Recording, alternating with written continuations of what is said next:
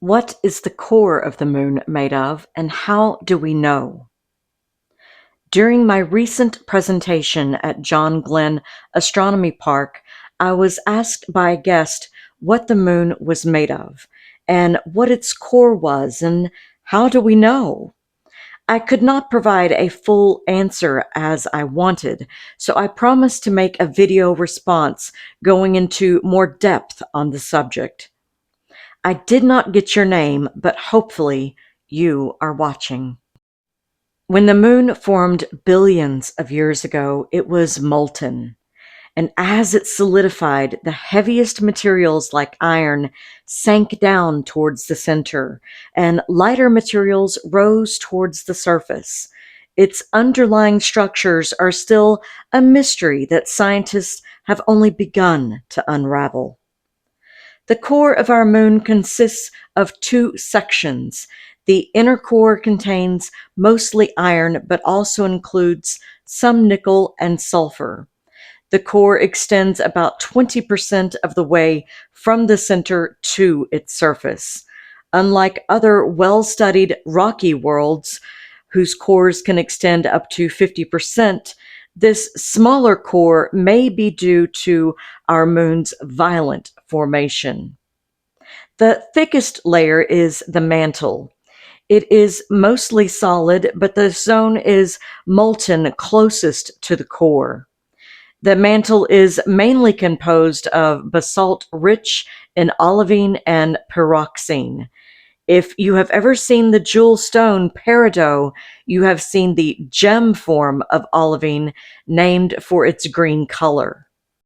The crust is about 37 miles, 60 kilometers deep thick on the far side of the moon, but it's only 25 miles or 40 kilometers deep on the near side of the moon.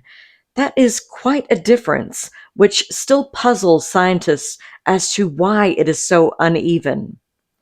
Minerals of the crust include oxygen, silicon, magnesium, iron, calcium, and aluminum, along with small amounts of titanium, uranium, thorium, potassium, and hydrogen. The bright highlands are rich in calcium and aluminum, while the darker seas or maria have more titanium and iron.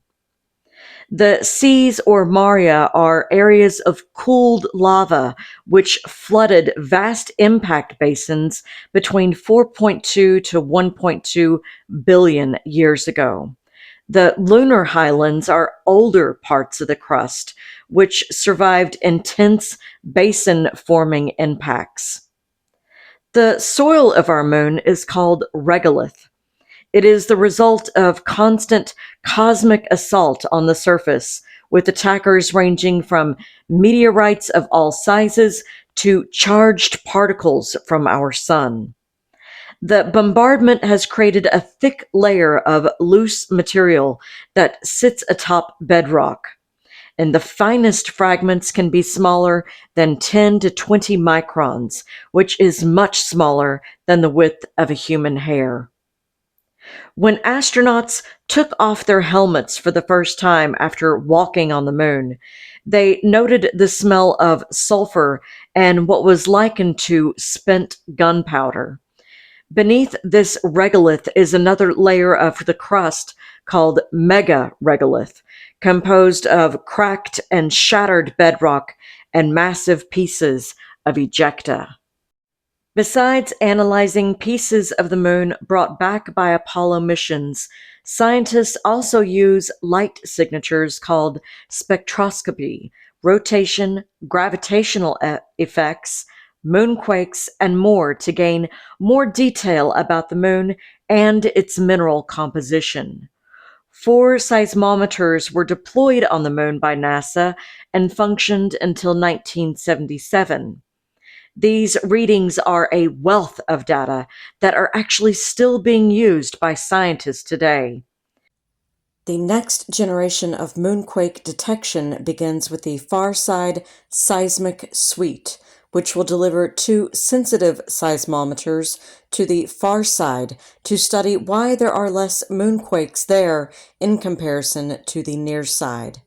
The FSS is scheduled to arrive in 2026 at Schrödinger Basin, but I do not know if the recent slashing of NASA's budget has affected the status of this mission being able to continue.